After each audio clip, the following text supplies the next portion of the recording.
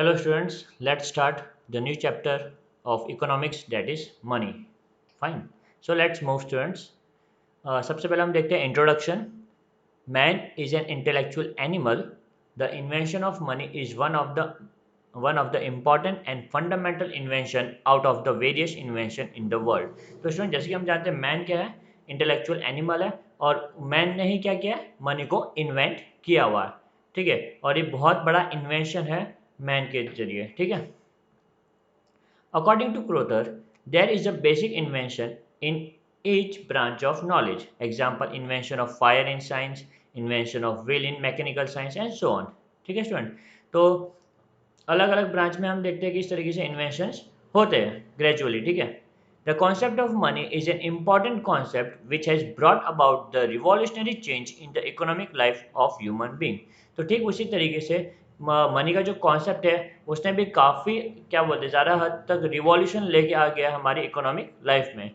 पहले अभी जो हम लाइफ जी रहे स्टूडेंट वैसी लाइफ पहले नहीं हुआ करते थे. ठीक है, काफ़ी अलग होती थी. ठीक है, इकोनॉमिक लाइफ कैसी होती थी इस चैप्टर में हम देखेंगे. फाइन, चलिए आगे बढ़ते हैं. Various goods and services are bought and sold with the help of money to satisfy human want. Modern economy is depend on money. आज हमें कुछ भी गुड्स या सर्विस बाय करनी होती तो हम क्या करते हैं, मनी पे करके उसे बाय करते हैं. ओके, तो आज का जो इकोनॉमी टोटली मनी के ऊपर डिपेंड है. तो इसीलिए स्टूडेंट मनी चैप्टर काफ़ी इंपॉर्टेंट हो जाता है हमारे लिए. Money which is in circular today was created to reduce the difficulty in barter system. तो स्टूडेंट जैसे कि हमने पहले पढ़ा है, बचपन में पढ़ा होगा आपने कि जो मनी है पहले के ज़माने में मनी जैसा कुछ सिस्टम हुआ ही नहीं करता था, बार्टर एक्सचेंज होता था, एक गुड्स के बदले में दूसरा गुड्स दिया जाता था. करेक्ट. तो हम वहीं से कुछ ये टॉपिक की शुरुआत करेंगे बार्टर सिस्टम से. फाइन. तो चलिए देखते हैं स्टूडेंट बार्टर सिस्टम की डिफिकल्टीज क्या आती है जिसकी वजह से मनी को लाना पड़ा. सबसे पहला जो प्रॉब्लम था बार्टर सिस्टम का वो था problem of double coincident of want. ठीक है, डबल कोइंसिडेंट ऑफ वांट यानी कि स्टूडेंट मुझे अगर कुछ चाहिए, ठीक है, तो आगे वाले के पास वही चीज़ हो ज़रूरी नहीं हो एक्सचेंज करने के लिए. करेक्ट. तो ये पहली डिफिकल्टी थी. वन बाय वन हम कवर करेंगे एवरी पॉइंट, बट आपको इन शॉर्ट समझा देता हूँ. Lack of common measure of value. किसी भी कमोडिटी के लिए एक कॉमन मेजरमेंट नहीं. जैसे कि आज के तौर पे मनी, किसी भी चीज़ को मेजर करना हो उसकी वैल्यू कितनी होगी तो हम in term of money determine करते थे. तो पहले ऐसा कुछ कॉमन मेजर नहीं हुआ करता था. Difficulty in storage of goods. उस समय गुड्स को स्टोर करना भी काफ़ी डिफ़िकल्ट हुआ करता था. करेक्ट. क्योंकि सारी फैसिलिटीज़ अवेलेबल नहीं थी, वो भी एक बड़ा प्रॉब्लम था. Indivisibility of certain goods. कुछ गुड्स ऐसे थे स्टूडेंट जिसको हम डिवाइड नहीं कर सकते. अगर आगे वाले को कम क्वांटिटी में चाहिए तो हम वैसा नहीं प्रोवाइड कर सकते थे. And lastly problem of making deferred payment. Deferred payment mean student in future पे करना, क्रेडिट सिस्टम. ठीक है ना, क्रेडिट सिस्टम वाला कॉन्सेप्ट पॉसिबल नहीं था पहले के ज़माने में बार्टर एक्सचेंज के टाइम पे. तो ये कुछ डिफ़िकल्टीज थी जिसके चलते हमें मनी को इंट्रोड्यूस करना पड़ा. Okay, so let's see one by one. It refers to exchange of goods for goods. Barter system मतलब क्या, exchange of goods for goods. Correct.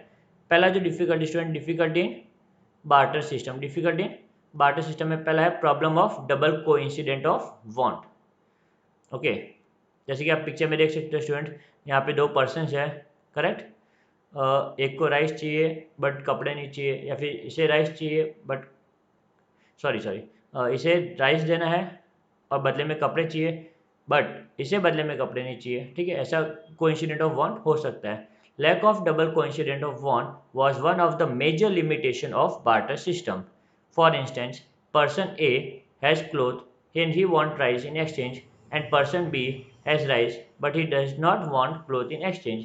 In this case, exchange between A and B could not take place as their want do not coincide with each other. ठीक है student, जैसे कि आपने देखा person ए के पास क्या है, क्लोथ्स है, और पर्सन बी के पास क्या है, राइस है. बरोबर. But but person B does not want cloth in exchange of rice. इसे क्लोथ नहीं चाहिए राइस के बदले में, इसे कुछ और चाहिए. ठीक है, तो दोनों की नीड अगर कोइंसाइड नहीं होगी तब तक बार्टर एक्सचेंज पॉसिबल नहीं होगा. तो ये हमारा स्टूडेंट पहला प्रॉब्लम था, डबल कोइंसिडेंट ऑफ वांट. आगे बढ़ते हैं student, lack of common measure of value. While exchanging goods for goods, there was no standard unit of account to determine the value of commodity. Example, it was difficult to compare 2 litre of milk with 2 kilograms of rice. जैसे कि आप picture में देख सकते हो student, एक commodity के बदले में दूसरे कितनी कमोडिटी देना, ऐसा कोई कॉमन मेजर नहीं था। करेक्ट। 1 लीटर मिल्क के सामने कितना 2 kg राइस इनफ होगा नहीं होगा वो डिटरमाइन करना थोड़ा पॉसिबल था, बट आज के टाइम पे सारी कमोडिटी को हम एक कॉमन मेजर से मेजर कर सकते हैं, जो कि है मनी। फाइन, चलिए आगे बढ़ते हैं। Third problem, difficulty in storage of goods. It is necessary to store goods for future consumption. Sometimes, due to perishable nature of certain goods, it is difficult to store them for future. Perishable commodity like egg, fish, vegetable, etc. were difficult to store. Difficulty were also experienced due to lack of space required to store heavy and bulky goods. तो student, goods को store करना difficult था। कई सारे perishable goods ऐसे थे जो क्या हो जाते थे, जल्दी से खराब हो जाते थे। आज के टाइम में तो हमारे पास सारे ऐसे मॉडर्न तरीके हैं जिसके थ्रू हम गुड्स को लॉन्ग टाइम तक होल्ड कर सकते हैं। ठीक है, स्टोरेज की प्रॉब्लम होना जिसकी वजह से क्या हो गया, बार्टर एक्सचेंज पॉसिबल नहीं हो गया, बार्टर एक्सचेंज में प्रॉब्लम्स आने लग गई।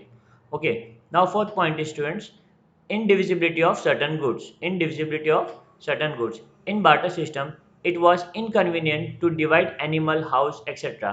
in small part. तो स्टूडेंट, किसी बंदे को अगर पूरा नहीं चाहिए था तो स्मॉल पार्ट्स में ये सब चीज़ें हम डिवाइड करके नहीं दे सकते। एनिमल को डिवाइड करना है, हाउस को डिवाइड करके देना, ठीक है।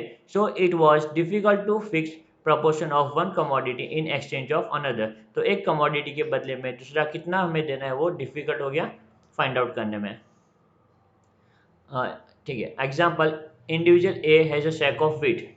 ए के पास में सैक ऑफ व्हीट है and he want goat in exchange. Correct, क्या चाहिए बदले में, गोट चाहिए।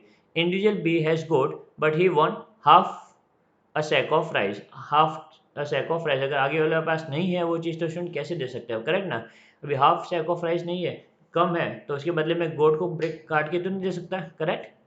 In this situation, exchange between two commodity is impossible due to indivisibility nature of goods for it being a livestock. ठीक है, तो half के जी ऑफ राइस के बदले में वो हाफ गोट तो दे नहीं सकता, तो इस कारण स्टूडेंट क्या हो गया, बार्टर एक्सचेंज को हमें बंद करना पड़ा। ठीक है, fine, moving further, problem of making deferred payment. Okay, deferred payment means payment to be made in future. Repayment of loan was difficult due to exchange of commodity. ठीक है, repayment of loan क्या है student, difficult है, difficult due to exchange of commodity. Example, it was difficult to repay the perishable good in the same condition in future. अगर मैं आज कोई commodity लेता हूँ और मैं इसको आगे वाले को प्रॉमिस करता हूँ कि फ्यूचर में देखो ये कमोडिटी वापस दूंगा, तो पॉसिबल नहीं होता स्टूडेंट, क्योंकि यहाँ पे डिफर्ड पेमेंट का सिस्टम पॉसिबल नहीं है। और गुड्स की जो कमोडिटी है पॉसिबल नहीं होता, क्योंकि गुड्स जो होते हैं वो कैसे होते हैं, कई सारे गुड्स पेरिसेबल नेचर के होते हैं। ठीक है, तो डिफर्ड पेमेंट का जो सिस्टम है वो भी पॉसिबल नहीं हो पाता है बार्टर एक्सचेंज में। डिफर्ड पेमेंट यानी कि बाय नाउ पे लेटर, ये सिस्टम भी बार्टर में पॉसिबल नहीं हो पा रहा था, जिसकी वजह से हमें बार्टर सिस्टम को बंद करना पड़ा। ठीक है, now moving further students, definition of money. अब बार्टर सिस्टम पूरी तरीके से खत्म हो चुका है। ठीक है, अब हम स्टार्ट कर रहे हैं मनी। अब मनी जो है स्टूडेंट, आज जो हम मनी यूज़ कर रहे हैं वो एकदम से नहीं आया, ठीक है ना, वो ग्रेजुअली स्लोली इसका जो फॉर्म है वो चेंज होता गया है। ओके, तो वन बाय वन हम देखेंगे मनी क्या है और मनी का फॉर्म किस तरीके से चेंज हुआ है। Professor Crowther, money is anything that is generally accepted as a means of exchange. Money क्या है स्टूडेंट, एक मीन्स ऑफ एक्सचेंज है, यानी कि कोई भी गुड्स अगर आपको खरीदनी है तो आप मनी देके उसे खरीद सकते हो, and at the same time act as a measure and storage of value. और इसे हम कॉमन मेजर के फॉर्म में भी यूज कर सकते हैं, उसको स्टोर भी कर सकते हैं मनी को easily, correct. Fine, next definition है student professor Walker, money is what money does. बहुत अच्छा डेफिनेशन है स्टूडेंट ये। मनी वही है जो मनी करता है। मनी क्या करता है स्टूडेंट, मनी आपकी नीड्स को सेटिस्फाई करता है, मनी आपको कमोडिटी खरीदने में मदद करता है, correct. Fine, next evolution of money. आज जो हम मनी यूज कर रहे हैं, करेक्ट, वो इवॉल्व कैसे हुआ, ग्रेजुअली, एकदम अचानक से तो करेंसी नोट नहीं आई होगी, तो किस तरीके से आज हम करेंसी जो नोट यूज कर रहे हैं वो किस तरीके से इवॉल्व हुई है वो हम यहाँ पे देखेंगे स्टूडेंट। तो सबसे पहले आप देख सकते हो, सबसे पहला एनिमल मनी था, मतलब ह्यूमन बींग एनिमल्स एक्सचेंज किया करते थे ठीक है। फिर बाद में आया कमोडिटी मनी, एक कमोडिटी के बदले में दूसरा कमोडिटी। फिर मेटेलिक मनी, ओके, मेटल्स को यूज़ करते थे मनी के तौर पे। फिर मेटेलिक कॉइन्स आने लग गए।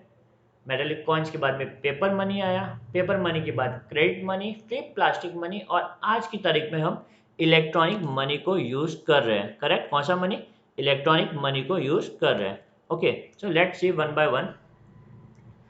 Money has come into existence by evolution and not revolution. बहुत अच्छी लाइन है स्टूडेंट। मनी जो है वो क्या हुआ? इवॉल्व हुआ है, मतलब उसका जो रूप है वो बदलता गया हुआ, ठीक है ना। एंड नॉट बाय रिवॉल्यूशन, अचानक से कोई बदलाव नहीं आया, रूप बदलते बदलते ये हम आज मनी जो है वो आज हम यूज़ करें, ठीक है। इसका रूप काफ़ी टाइम बदल चुका है पास्ट में। With the passage of time with commodities, when we use which are used as money, have changed depending upon the needs of time and development of civilization। तो जैसे जैसे सिविलाइजेशन में चेंज आते गए, ठीक है, टाइम में चेंज आता गया, वैसे वैसे हमारा जो था मनी जो आज हम यूज़ करें वो धीमे धीमे चेंज होता रहा student. Money used in modern time is a result of many revolutionary change that took place over a long period of time। जो आज मनी हम यूज़ करें मॉडर्न टाइम में, ठीक है, उसमें काफ़ी बदलाव आया। क्या है स्टूडेंट? काफ़ी चेंजेस आए हुए हैं, ठीक है। और ये चेंजेस एकदम से नहीं आया, काफ़ी टाइम लगा, लॉन्ग पीरियड ऑफ टाइम लगा। मनी के जो फॉर्म हम मनी का यूज़ कर रहे हैं उससे आने में काफ़ी टाइम लगा। Okay, following are the types of money which very well explain the evolution of money. तो अभी हम टाइप ऑफ मनी देखें जिससे हमें मालूम पड़ेगा कि मनी किस तरीके से इवॉल्व होता हुआ आया हुआ है, और आज हम जो मनी यूज़ कर रहे हैं वो क्यों यूज़ कर रहे हो, कैसे वो इवॉल्व हुआ, क्या डिफ़िकल्टीज आई थी जिसकी वजह से हमें पिछला जो मेथड था मनी का उसे हम डिमोलिश करके आगे बढ़ना पड़ा हमें, ठीक है। So let's start type of money. पहला है animal money. It in proto-historic period, animal money was used as a means of exchange. Example: cow, sheep, goat, etc. However, due to their indivisibility nature, commodity money came into existence। तो student क्योंकि हम life stocks को divide नहीं कर सकते, animals को हम divide नहीं कर सकते, ठीक है, तो ये डिफ़िकल्टी की वजह से हमें एनिमल मनी को बैन करना पड़ा। एकदम अर्ली स्टेज में लोग एनिमल एक्सचेंज किया करते थे, एक के बदले में दूसरा एनिमल, ठीक है ना, सॉरी कमोडिटी के बदले में हम एनिमल्स को एक्सचेंज किया करते थे, ठीक है। बट आगे वाले को बंदे को कम कमोडिटी चाहिए रहेगा तो उसके बदले में हम कम लाइफ स्टॉक तो दे नहीं सकते हैं, इसलिए ये ड्रॉबैक की वजह से हमने कमोडिटी मनी को इंट्रोड्यूस किया। नेक्स्ट है हमारा commodity money. In olden days commodities to be used as a money were depend upon climatic condition and culture। किसके ऊपर डिपेंड था स्टूडेंट? क्लाइमेटिक कंडीशन और कल्चर के ऊपर डिपेंड किया करता था कमोडिटी मनी। जैसे कि animal skin, grain, shell, feather, tusk, salt, rare article and stones we use as a medium of exchange. ये सारी चीज़ें हम क्या करते थे? यूज़ करते थे as a medium of exchange. जो भी चीज़ प्लेंटी हुआ करती थी उसे हम as a medium of exchange को यूज़ किया करते थे, ठीक है। Due to the problem of storage of such commodity, ऐसी कमोडिटी को स्टोर करना भी डिफिकल्ट था, metallic money came into existence, जिसके चलते मेटेलिक मनी आया, ठीक है। तो एनिमल मनी में डिफ़िकल्टी आने की वजह से कमोडिटी मनी आया। कमोडिटी मनी को हम स्टोरेज की प्रॉब्लम की वजह से हमने मेटेलिक मनी को इंट्रोड्यूस किया। Third, metallic money. Metallic money is used durable metal such as gold, silver, commodity, aluminium, nickel etcetera. ये सारी कमोडिटी हम क्या करते थे स्टूडेंट? यूज़ किया करते थे। Without scarcity of perishable metal and lack of uniformity in metallic pieces gave rise to use of metallic coin। Scarcity of precious metal student, ये जो गोल्ड, एल्यूमिनियम, निकल, ये सब जो है प्रीशियस मेटल होते थे, प्रीशियस मेटल है, ठीक है, और इनकी यूनिफॉर्मिटी ना होने की वजह से और लैक होने की वजह से, ठीक है, कंपेरेटिवली कम होने की वजह से क्या हो गया स्टूडेंट? हमने मेटेलिक कॉइन को इंट्रोड्यूस किया। मेटेलिक मनी में हमारे सब ये कॉपर, गोल्ड, सिल्वर, एल्यूमिनियम ये सारे मनी आते हैं स्टूडेंट। आगे हम देखते हैं metallic coin. Metallic coin in ancient time, rulers of various kingdom use small piece of metal and affix their seal on them। तो जो रूलर्स होते थे, राजा होते थे, वो क्या करते थे? कॉइन के ऊपर उनका जो क्या बोलते सिंबल एफिक्स करते थे, ठीक है, फिक्स करना यानी कि फिक्स करते थे। छाप जो होता है, जैसे कि आप आज की कॉइन में देखते हो क्या बोलते हैं, जय जवान जय किसान के स्लोगन वगैरह से छाप देखते हो, वैसे राजा लोग क्या करते थे? उनके एफिक्स फिक्स करते थे वहाँ पे, ठीक है ना। With the passage of time the monetary system was introduce over by the government authority with the view to give uniformity and legal status of to metallic coin. Coin can be classified as, फिर आगे जाके student जो government थी, government system थी या monetary system जो है, government ने क्या किया, इंट्रोड्यूस किया ताकि कमोडिटी इजीली एक्सचेंज हो सके। और मेटेलिक मनी भी स्टूडेंट दो टाइप में कवर्ड है। सबसे पहला है स्टैंडर्ड और फुल बॉडी कॉइन। क्या है स्टैंडर्ड और full body coin? Full body coin are those whose face value is equal to their intrinsic value. ठीक है, जो फेस वैल्यू है कमोडिटी की उतने उनकी इंट्रिंसिक वैल्यू भी हुआ करती थी। Face value indicate the exchange value fix by the issuing authority. Face value यानी कि स्टूडेंट एक्सचेंज वैल्यू, मतलब वो क्या बोलते हैं, कमोडिटी के लिए वो वैल्यू आप दे सकते हो। ठीक है, जितना फेस वैल्यू है उतना आपको, उतना उस कॉइन का वर्थ है। जितना फेस वैल्यू है कॉइन पे, जितना रुपीस लिखा है उतना उसका वैल्यू है। This coins are made of precious metal like gold and silver. ठीक है, ये जो कॉइन हुआ करते थे स्टैंडर्ड और फुल बॉडी कॉइन, वो गोल्ड या सिल्वर के बना करते थे। Standard coin we use for some day during the British period. और स्टैंडर्ड कॉइन का भी सिस्टम एस्टैब्लिश किया। स्टैंडर्ड कॉइन यानी कि स्टूडेंट हर जगह एक जैसे कॉइन। इस जमाने में ब्रिटिशर्स आ चुके थे। ठीक है, आगे देखते हैं student token coin. Token coin are those whose face value is less than the intrinsic value. Student intrinsic value यानी कि रीसेबल वैल्यू। जब आप कॉइन खरीदते हो, ठीक है ना, तो उसकी जो मार्केट में वैल्यू होगी उतनी होगी जितनी फेस वैल्यू होती है। ठीक है ना, जितनी फेस वैल्यू होती है। इंट्रिंसिक वैल्यू यानी सेलेबल वैल्यू। जब आप कॉइन को बेचोगे तो आपको कितना पैसा मिलेगा, उसको बोलते हैं intrinsic value. Token coin are those whose face value is higher than the intrinsic value. These coins are made of cheaper metal like aluminum and nickel. तो स्टूडेंट टोकन कॉइन की जो फेस वैल्यू होती है वो ज़्यादा होती है। जैसे कि आज के ज़माने की जो कॉइन है वो टोकन कॉइन है। ठीक है, 5 रुपीज़ 10 रुपीज़ की आप कॉइन देखते हो, अगर आप उसे स्क्रैप में बेचते हो या एल्यूमिनियम या आयन के फॉर्म में बेचते हो तो आपको उतना वैल्यू रिकवर नहीं होगा। ठीक है ना, फेस वैल्यू ज़्यादा होता है देन इंट्रिंसिक वैल्यू। यानी कि आप इसको मार्केट में बेचोगे तो आपको जो वैल्यू रिकवर होगा कॉइन्स को बेच के वो कम रिकवर होगा। ठीक है, मतलब लॉस ही अगर आप इसको कॉइन को एज ए स्क्रैप बेचते हो। ओके, और फुल बॉडी कॉइन में क्या होता था स्टूडेंट, जितना उसका वैल्यू होता था उसको आप अगर स्क्रैप के फॉर्म में या गोल्ड का कॉइन है, गोल्ड सोनार को बेचोगे तो उतना ही वैल्यू मिलेगा जितना उसका फेस वैल्यू है।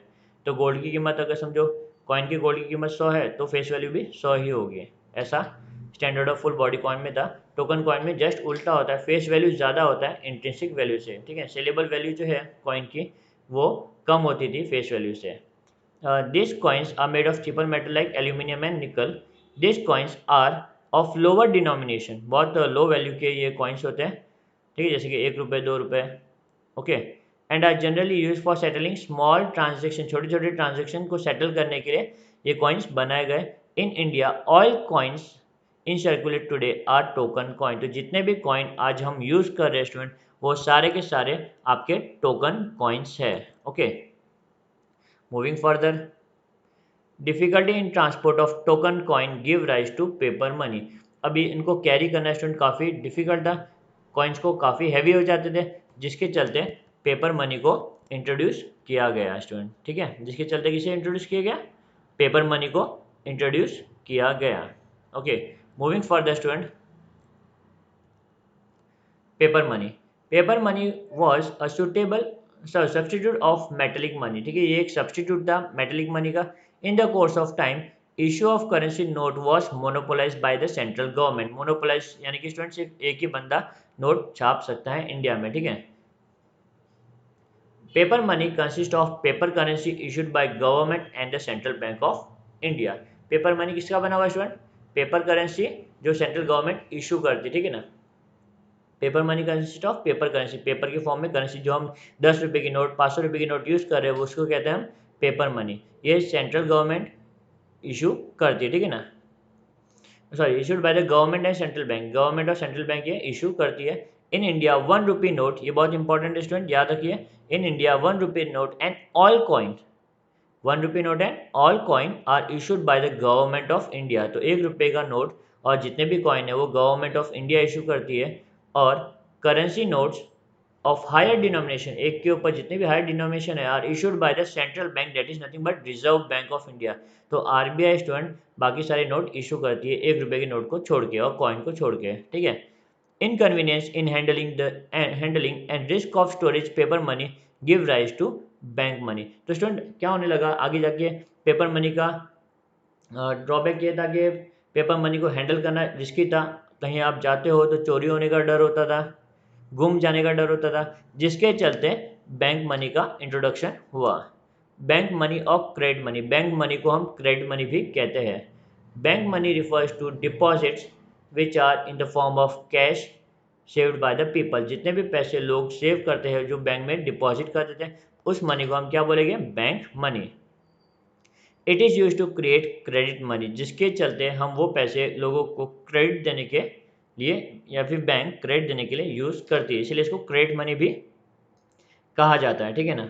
जो पैसे नॉर्मल इंडिविजुअल्स डिपॉजिट करते हैं बैंक में, ठीक है, उसे हम बैंक मनी कहते हैं, और वो बैंक लोगों को उधार देने के लिए यूज़ करती है, इसलिए वो बैंक मनी को हम क्रेडिट मनी भी कहते हैं। दिस कैन बी विदड्रॉवेबल और एंड ट्रांसफरेबल ऑन डिमांड।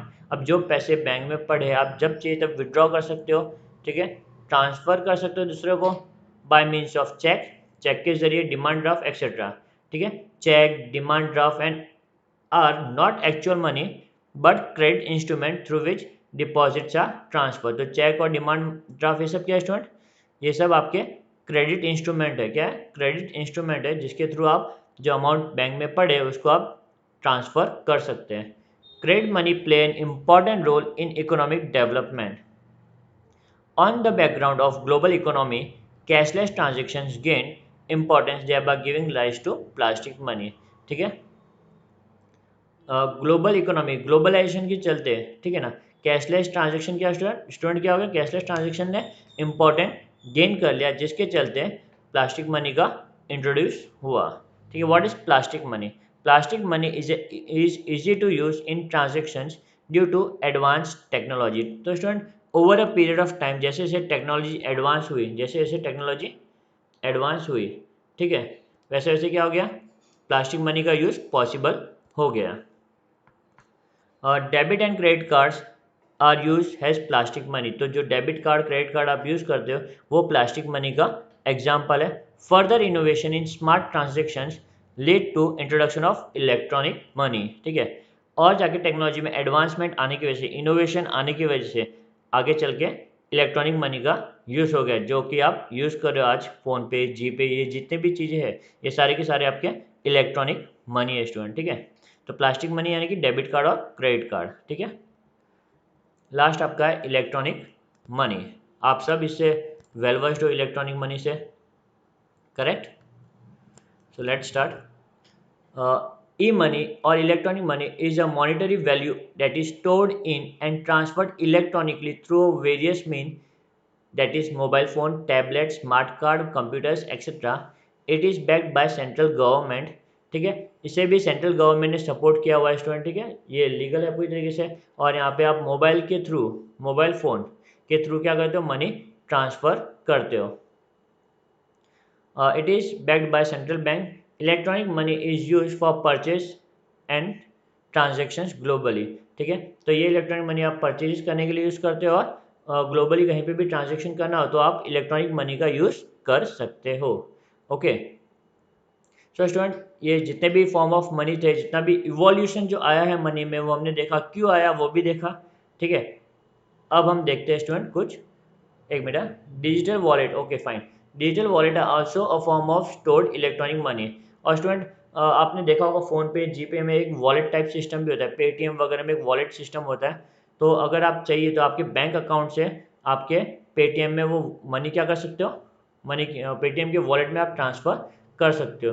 तो ई मनी में या इलेक्ट्रॉनिक मनी में मनी को स्टोर करने का सिस्टम भी है ऑलरेडी, ठीक है, fine. You should know legal tender money, legal tender money, ये वर्ड आपने सुना होगा। जब नोटबंदी हुई थी तब मोदी जी ने कहा था कि आज रात से 8 बजे से, ठीक है ना, 1000 रुपये के नोट लीगल टेंडर नहीं रहेंगे, करेक्ट। तो तब से ये वर्ड तो वो सब बच्चे लोग को इजीली याद रह जाता है, what is legal tender money. तो भी इसका डेफिनेशन हम समझ लेते हैं। It is the money which is backed by law and cannot be refuge in transaction. ठीक है, ये ऐसा मनी है जो लॉ कानून सपोर्ट करता है, ठीक है ना, और आगे वाला बंदा इसको रिफ्यूज नहीं कर सकता एक्सेप्ट करने के लिए एनी ग्राउंड, ठीक है ना। In India all coin and currency note are legal tender money. India में सारे के सारे कॉइन और जो नोट्स है वो सब क्या स्टूडेंट, लीगल टेंडर मनी है। ओके, नेक्स्ट है आपका non legal tender money, just opposite इसका। It is a money which is generally refused by people in final payment but there is no legal compulsion for acceptance. ठीक है, it is the money which is generally use by people in final payment, ठीक है, जो normally people use करते हैं, but there is no legal compulsion in acceptance. Compulsion नहीं है, आगे वाला चाहिए तो उसको रिफ्यूज कर सकता है। लीगल टेंडर मनी को आगे वाला रिफ्यूज नहीं कर सकता, नॉन लीगल टेंडर मनी को आगे वाला रिफ्यूज कर सकता है। ठीक है, it can be refuse. Okay, cheque, bills of exchange are example of this money. It is also known as optional money. ये ऑप्शनल मनी है, अगर आगे वाला चाहिए तो आपको ना बोल सकते हो और आप कुछ नहीं कर सकते, ठीक है ना। बट लीगल टेंडर मनी को आगे वाला ना नहीं कर सकते, उसे एक्सेप्ट करना ही होगा किसी भी हाल में। ओके स्टूडेंट, तो उम्मीद करता हूँ आपको ये पार्ट समझ में आया होगा मनी का। नेक्स्ट पार्ट हम देखेंगे कुछ दिनों में। ओके, तो अगर आपको वीडियो अच्छा लगा तो लाइक करना ना भूलिए। अगर आपने चैनल को सब्सक्राइब नहीं किया अब तक तो please subscribe it right now. Thank you.